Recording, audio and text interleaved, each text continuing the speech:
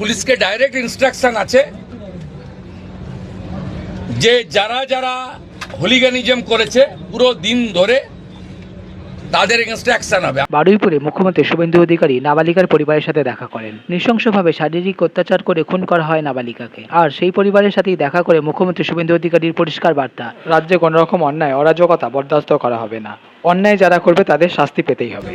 আমি পাওয়ারে আসার পরে বা মুখ্যমন্ত্রিত্ব দায়িত্বের পরে আরজি করের মামলায় 3 জন টপ আইপিএস অফিসারকে সাসপেন্ড করেছি। এক্ষেত্রে আমার মেসেজ খুব ক্লিয়ার আছে, সবাই সেটা দেখেছে। আমি খুব পার্সোনালি স্যাটিসফাইড যে ওইটুকু একটা বাচ্চা মেয়ের পরিবার, সেই পরিবার এন্টায়ার আমার সঙ্গে প্রায় 10 জন বাবা মা সহ মিট করেছে এবং তারা কনফিডেন্স জানিয়েছে, আস্থা জানিয়েছে সরকারের উপরে, মুখ্যমন্ত্রীর উপরে, পুলিশের উপরে।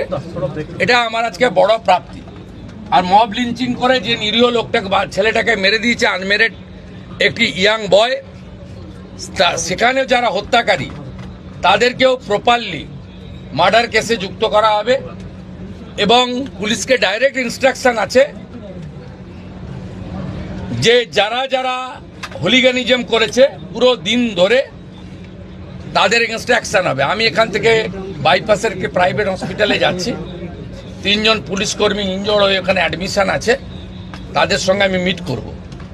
প্রায় 200-র বেশি আইডেন্টিফাইড লোক, তাদেরকে আমি পরিষ্কার বলে গেলাম যারা উস্কানি দিয়েছে কারোর ইন্ধনে, পলিটিক্যাল বায়াসনেস নিয়ে, মিডিয়াতে পাবলিসিটির লোভে, সোশ্যাল মিডিয়ায় চিপ ভিউয়ার্স বাড়ানোর জন্য ওদেরও কিন্তু ছাড়া হবে না, তো তারাও ভুগবে, এটুকু আমি বলে দিই। মুখ্যমন্ত্রী শুভেন্দু অধিকারী এটাও জানালেন, ভুয়ো খবর যারা প্রচার করবে তাদেরও আইনের আওতায় এনে ব্যবস্থা করা হবে।